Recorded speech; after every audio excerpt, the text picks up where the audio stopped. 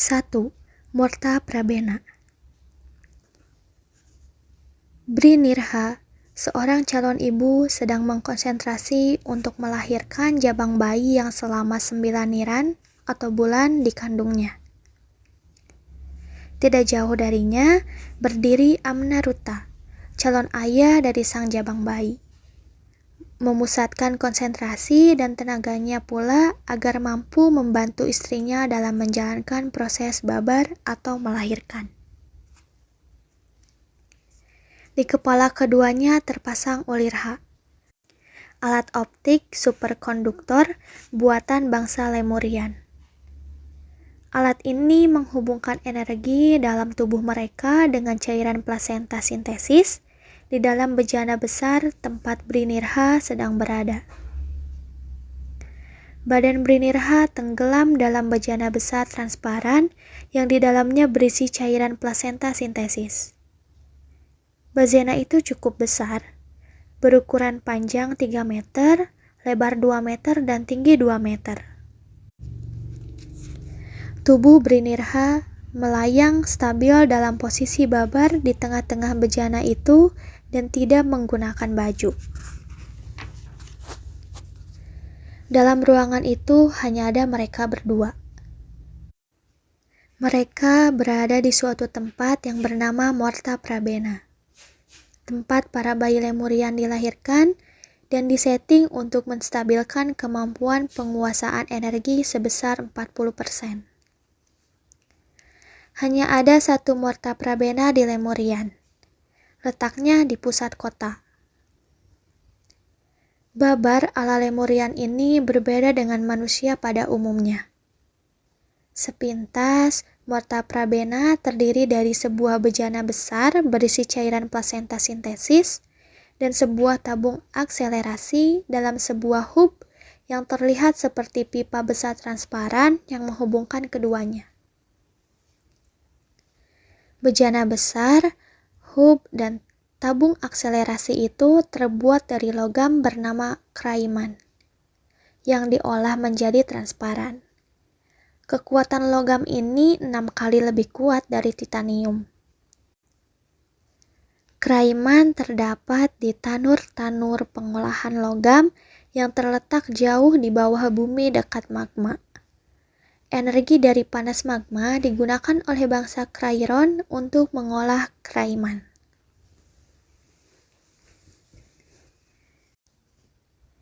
Bangsa Krairon hidup dalam lapisan bawah tanah bumi. Krairon adalah bangsa dengan bentuk dan rupa yang unik. Mereka cerdas-cerdas dengan kemampuan otak sekitar 70-80%. Namun, fisik mereka sangat lemah. Perawakan mereka seperti manusia biasa pada umumnya.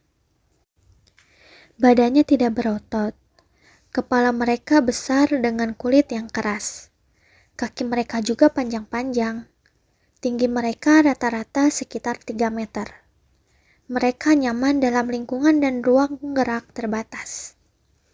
Bentuknya yang unik ini membuat lapisan dalam bumi menjadi habitat yang menyenangkan untuk bangsa Krairon. Otak cerdas mereka mampu membuat baju antruma, baju khusus tahan panas untuk mereka yang hidup di lapisan bumi dekat magma. Sungai-sungai yang mengalir di antara lapisan bumi adalah paru-paru mereka. Dengan teknologi yang canggihnya, mereka mampu memisahkan molekular oksigen yang terdapat di dalam air dan menjadi sumber suplai oksigen bangsa Krairon. Bangsa Lemurian dan bangsa Krairon sudah sejak lama bersahabat dan bertransaksi kraiman. Logam kraiman menjadi bahan dasar alat transportasi dan senjata pertahanan bangsa Lemurian. Olahan logam kraiman digunakan untuk piramida-piramida dan bahkan pakaian Lemurian. Setelah bangsa Krairon pindah dari Ardgruma atau planet bumi, persediaan logam kraiman diserahkan kepada bangsa Lemurian untuk dimanfaatkan bagi kemaslahatan manusia. Salah satunya sebagai bahan dasar pembuatan mesin Morta Prabena yang sekarang digunakan oleh Brinirha. Melahirkan dengan cara Motra Prabena dilakukan dalam 3 tahap. Pertama, bayi dilahirkan dalam bejana besar berisi cairan plasenta dengan bantuan energi kedua orang tuanya yang disalurkan melalui ulirha. Energi mereka berdua tersalurkan lewat ulirha untuk peningkatan energi di sel-sel mitokondria dan mengakselerasi sistem tubuh si bayi bila ia keluar nanti. Ketika bayi keluar, tubuhnya dalam keadaan utuh dan tidak ada darah. Bayi pun tidak menangis. Binirha dan Amnaruta sama-sama memiliki tingkat penguasaan energi-energi sebesar 40%. Level yang dimiliki bangsa Lemurian. Kekuatan penguasaan energi setingkat mereka membuat tubuh menjadi elastis. Tubuh Brinirha mampu membuka jalan keluar bayi selebar tubuh bayi dan dapat kembali ke ukuran semula usai proses babar. Ketika bayi keluar, tubuhnya berinteraksi dengan cairan plasenta yang mengandung energi gabungan kedua orang tua. Cairan ini mengakselerasi sel-sel organil mitokondria sang bayi sehingga memiliki kekuatan penguasaan energi yang sama dengan kedua orang tuanya. Lepas dari cairan plasenta sintesis, tubuh bayi langsung meluncur masuk ke hub. Sebelum masuk tabung akselerasi kedua. Di dalam hub, cairan plasenta yang tersisa di tubuhnya digunakan untuk proses desinfektan. Bayi dibersihkan dari segala kuman, bakteri, dan virus. Dalam keadaan steril, bayi masuk ke tabung akselerasi kedua yang berbentuk elips, lengkap dengan ari-ari yang masih menempel di pusarnya. Di dalam tabung akselerasi kedua, tentakel-tentakel ulirha langsung menempel pada tubuh bayi dan membuatnya mengembang.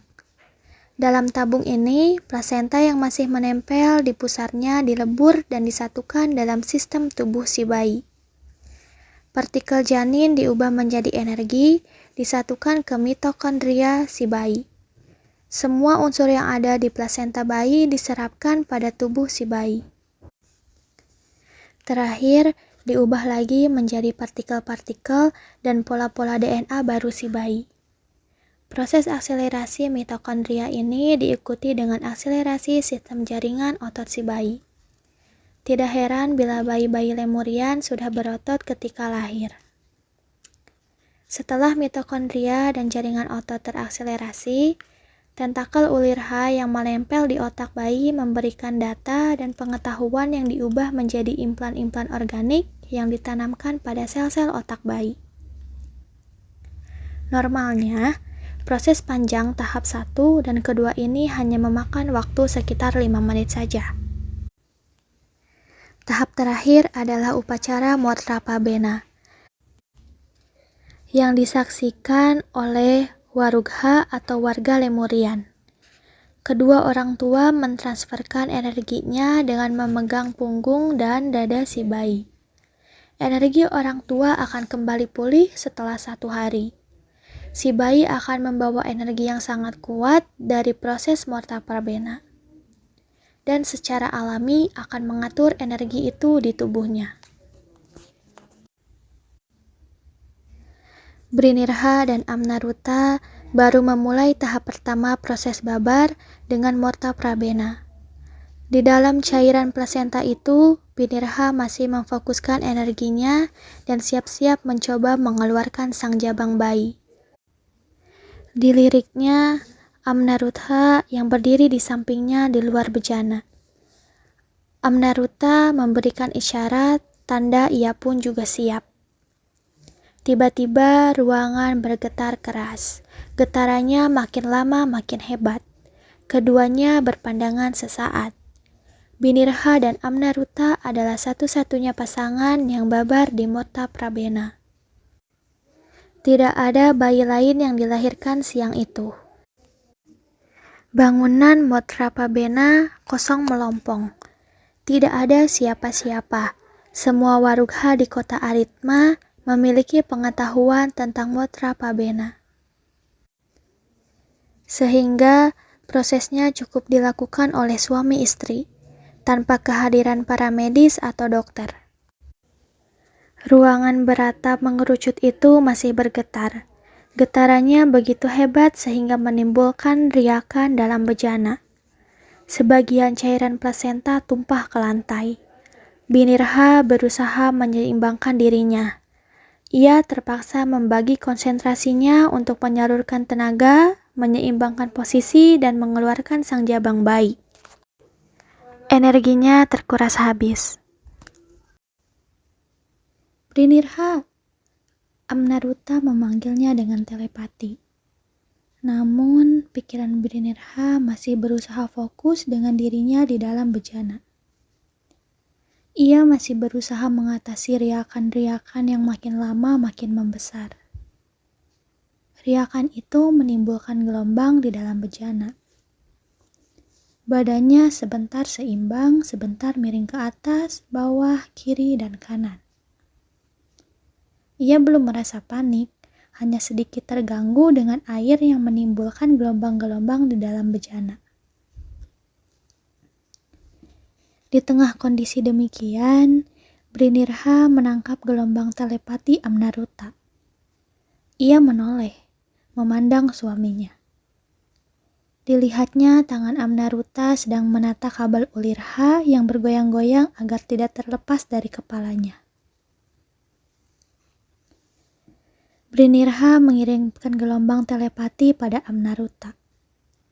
Wajah Brinirha tetap tegang, namun menyiratkan pertanyaan. "Suamiku, apakah Atlantean menyerang?" Amnaruta langsung mengerti. Pikiran bangsa Lemurian terkoneksi satu sama lain. Telepati menjadi sesuatu yang mudah dan alat percakapan mereka.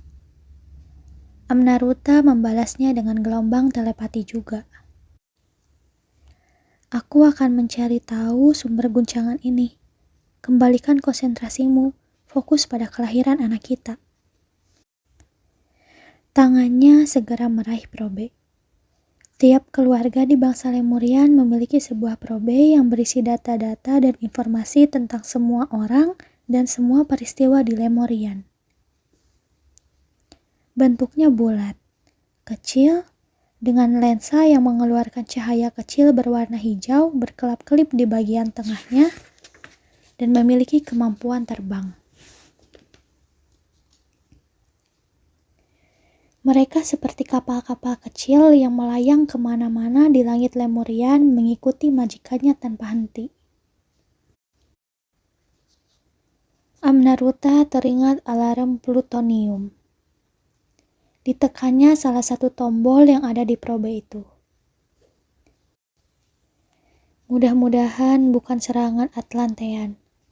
Tidak pada saat istriku melahirkan," pikirnya.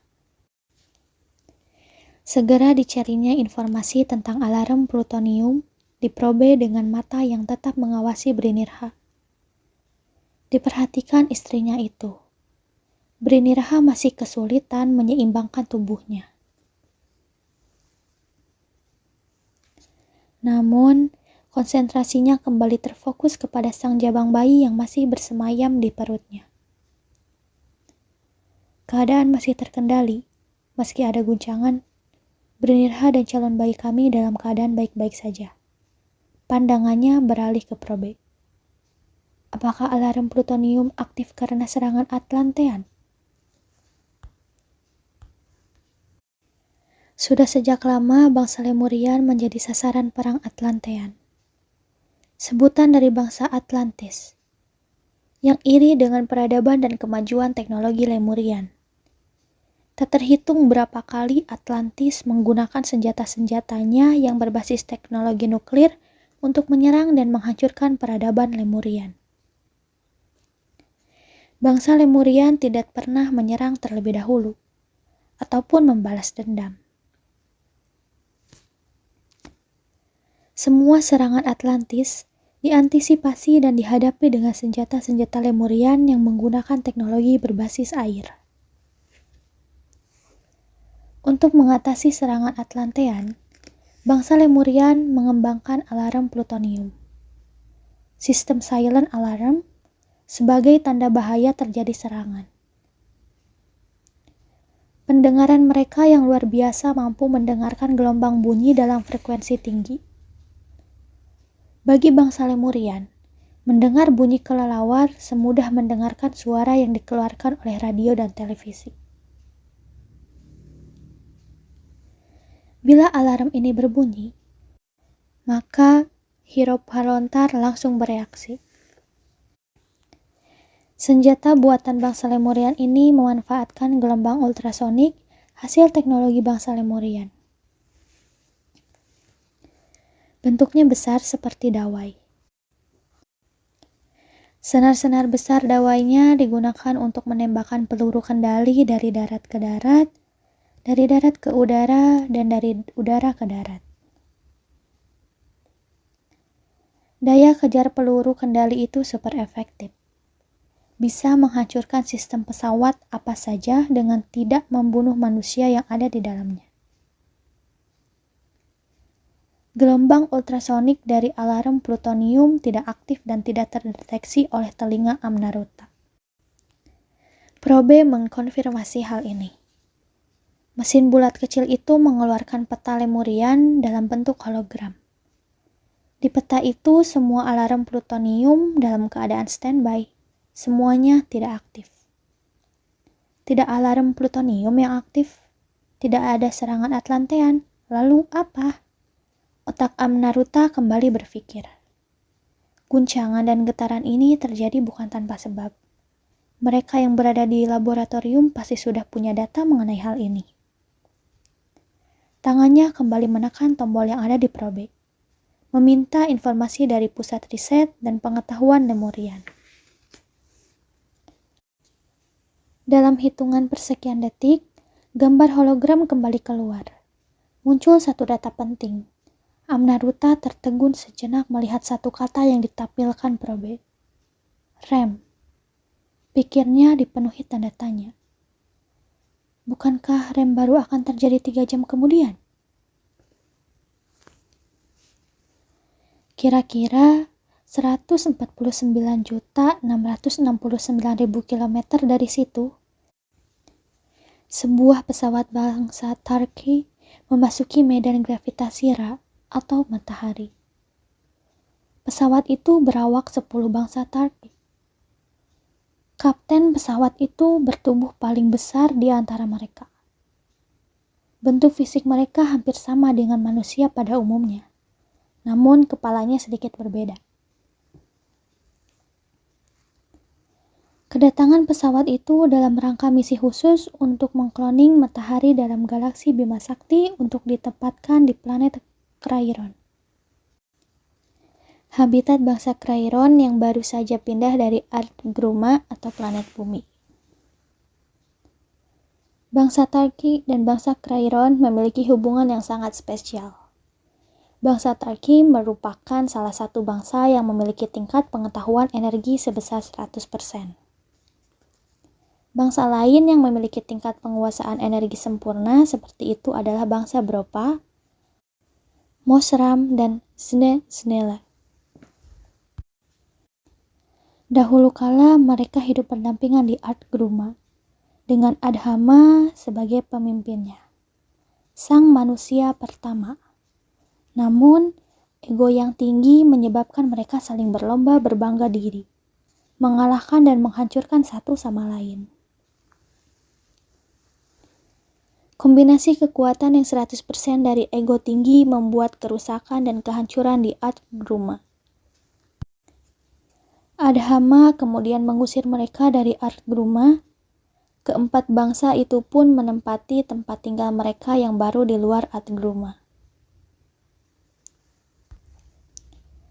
Bangsa Crayon adalah keturunan dari bangsa Turki. Mereka sempat hidup di Ardgruma, hingga kemudian dijemput oleh bangsa Turki untuk pindah dari Ardgruma dan hidup di planet Crayon yang berada di gugusan Crayon. Besarnya 100 kali lipat dari Ardgruma. Bentuk fisik yang unik dari bangsa Krairon menyebabkan lapisan bawah tanah bumi sebagai habitat yang menyenangkan. Dengan kecerdasannya, bangsa Krairon membuat baju yang mampu menahan panas, magma, dan teknologi yang memisahkan molekul oksigen dan air pada sungai-sungai yang mengalir di bawah tanah. Kebutuhan oksigen mereka pun tercukupi. Di planet Krairon, mereka juga tinggal di lapisan bawah tanah planet itu. Meskipun demikian, mereka tetap membutuhkan matahari. Energi matahari diperlukan untuk pola hidup bangsa Krairon yang berada di dekat magma. Untuk membantu adaptasi bangsa Krairon di habitatnya yang baru, mereka membutuhkan Ra untuk memiliki karakter yang sama dengan Ra dalam tata surya Ardgruma. Bangsa Tark dengan teknologinya membantu proses cloning dengan mengambil hidrogen langsung dari inti Ra. Sementara itu di Ardgruma, mesin-mesin deteksi dan prediksi di pusat riset dan pengetahuan Lemurian berbunyi. Tanah, bangunan piramida, dan mesin-mesin itu bergetar akibat pengaruh rem. Para ilmuwan dan teknisi kembali berlevitasi dan mengambil data-data dari mesin deteksi dan radar mereka. Mereka mencari tahu apa yang terjadi. Melalui probe, suara Ramidar, pemimpin bangsa Lemurian, terdengar jelas. Rem seharusnya baru terjadi 3 jam mendatang. Salah satu ilmuwan menjawab probe. Kita harus bersama-sama mencari jawabannya. Mesin database pusat riset dan pengetahuan Lemurian menginformasikan terjadinya rem. Bukan ini yang membuat para ilmuwan dan teknisi bertanya dan mencari tahu. Sebelumnya, mereka sudah memprediksikan bahwa planet-planet dalam tata surya akan sejajar. Seluruh warga Lemurian sudah mengetahui hal ini dan sudah mempersiapkan tindakan antisipasi. Proses rem memang menyebabkan getaran dan guncangan. Yang menjadi pertanyaannya adalah, prosesnya yang terjadi lebih cepat 3 jam dari perkiraan mereka. Bangsa Lemurian terkenal akan keakuratan ilmu prediksi mereka terhadap kejadian dalam tata surya. Melesetnya prediksi kali ini membuat para ilmuwan dan teknisi segera berpikir, pasti ada sesuatu. Ketika mereka berpikir dan hendak mencari tahu, telinga mereka menampakkan bunyi radar yang dipancarkan dalam gelombang berfrekuensi tinggi. Radar mereka menangkap sebuah pesawat Tarki sedang berada dalam medan gravitasi Ra. 2 orang ilmuwan segera mengecek radar dan melakukan analisa. Dari salah satu mesin deteksi, mereka mengetahui bahwa pesawat Tarki tersebut sedang mengambil hidrogen dari inti Ra.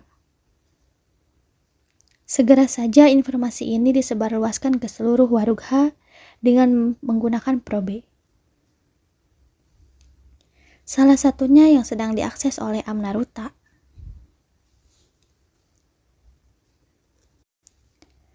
Amnaruta menerima informasi mengenai penyebab akselerasi rem dari probe miliknya.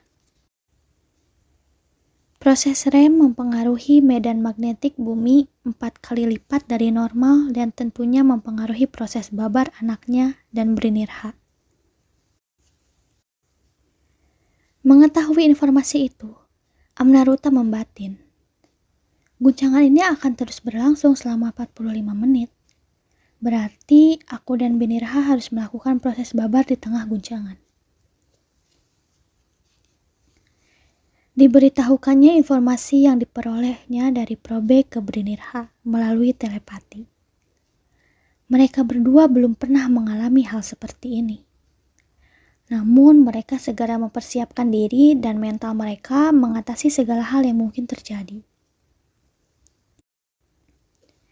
Brinirha mengeluarkan energi ekstra melahirkan sang jabang bayi di tengah guncangan. Di sampingnya, Amnaruta fokus menyalurkan energi dan berjaga-jaga mengantisipasi segala kemungkinan. Akhirnya sang jabang bayi pun keluar meninggalkan rahim Brinirha. Cairan plasenta sintetis yang ditambahkan energi Amnaruta, Brinirha, dan tambahan energi dari pengaruh medan magnetik bumi dari proses REM membuat proses akselerasi mitokondria sang bayi di atas ambang normal.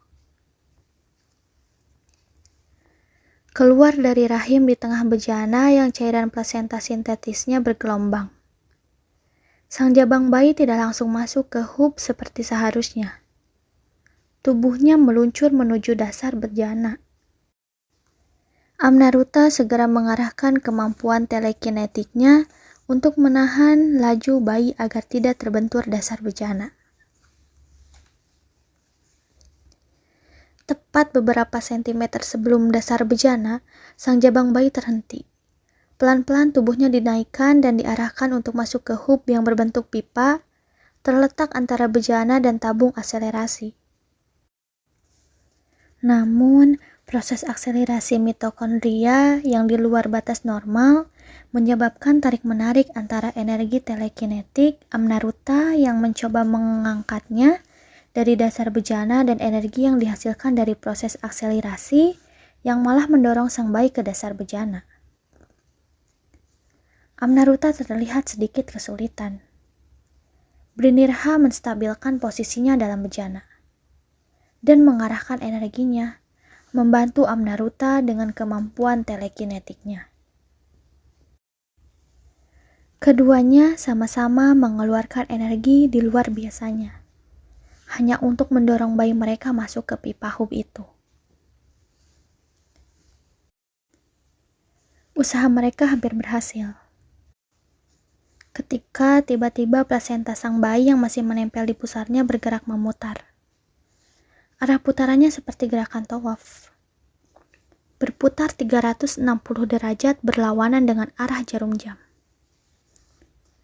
Melihat hal itu, Amnaruta dan Brinirha semakin memaksimalkan energi mereka untuk menahan putaran itu dan mendorong sang bayi ke arah hub. Ketika akhirnya sang bayi meluncur masuk ke hub, hasil susah payah Brinirha dan Amnaruta, proses desinfektan seketika berlangsung. Tetapi pipa hub itu bergetar hebat.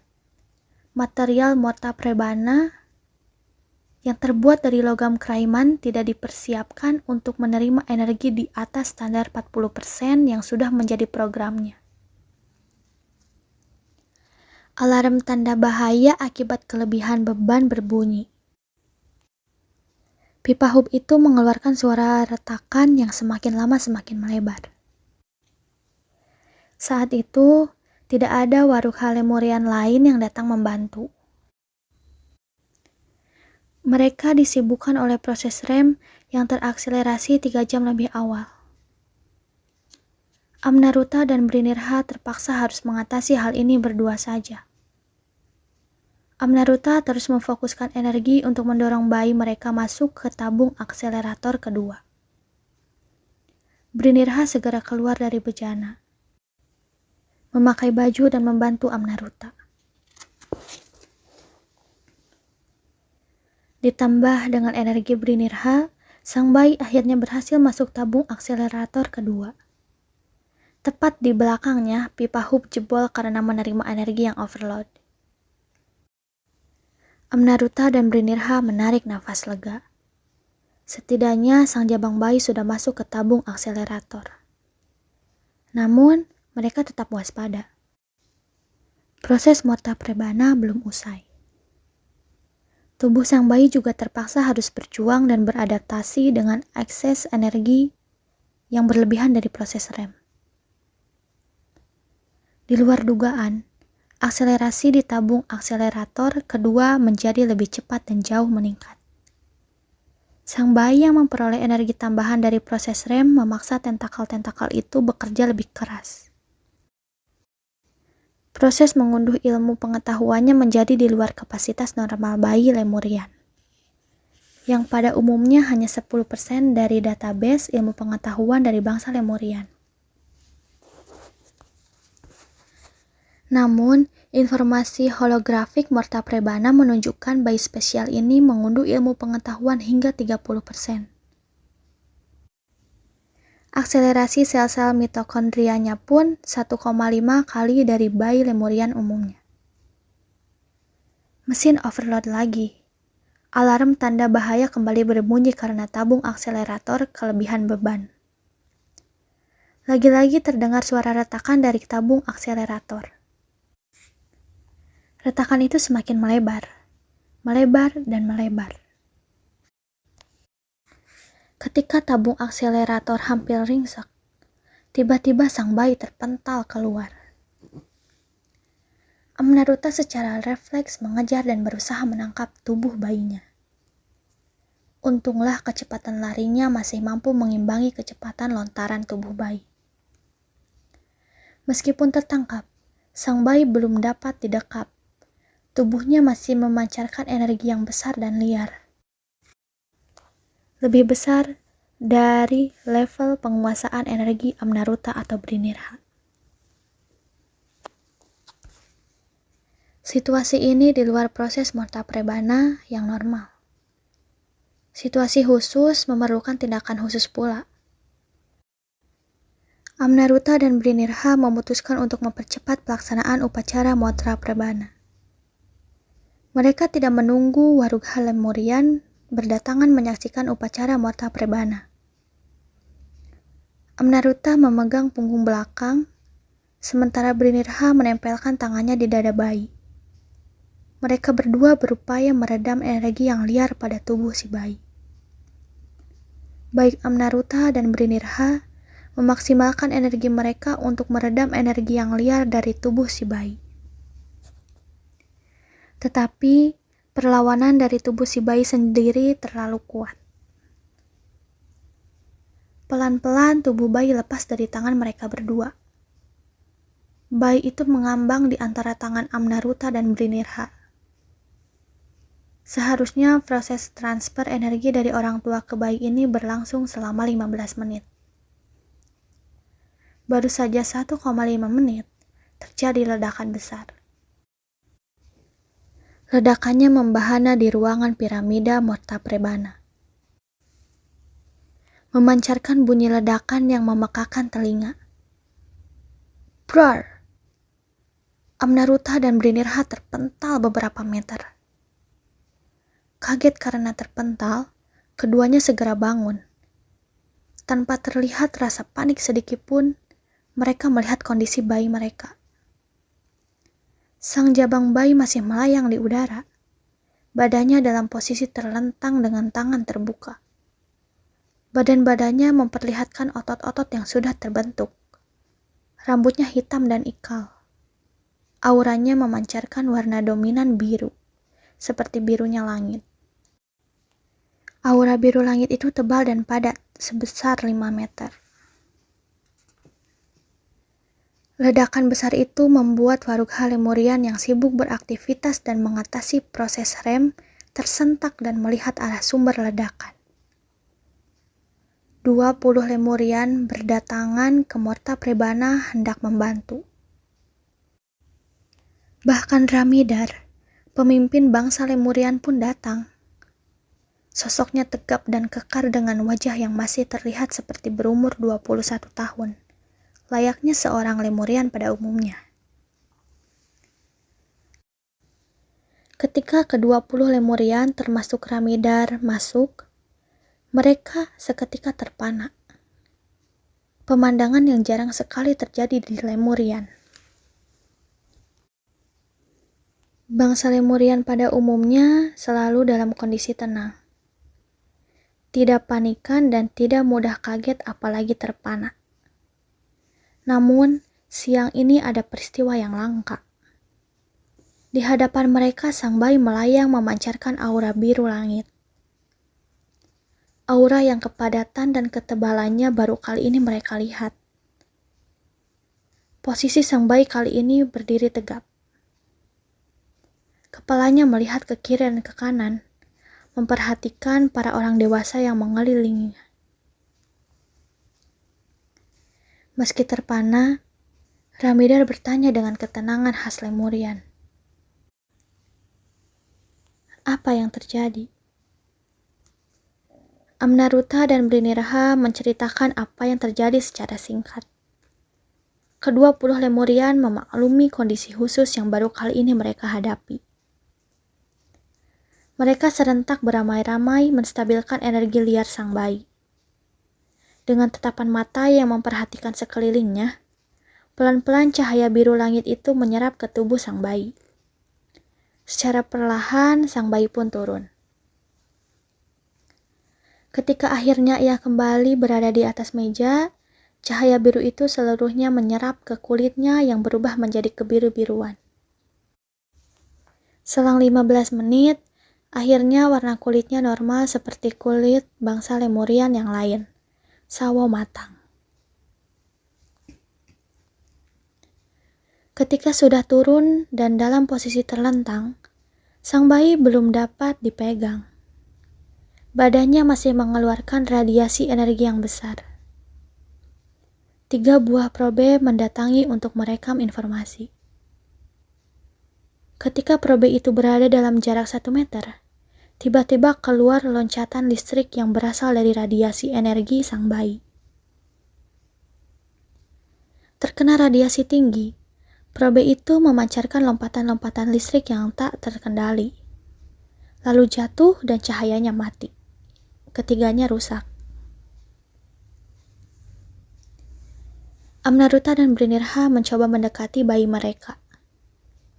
Radiasi energi menghambat langkah-langkah kaki mereka. Loncatan-loncatan listrik masih saja keluar sehingga menyusahkan mereka untuk memegang tubuh sang bayi. Kedua puluh Lemurian kembali membantu. Mereka menggabungkan tenaganya untuk meredam energi sang bayi. Energi sang bayi tidak dapat dinetralisir, hanya dapat diredam.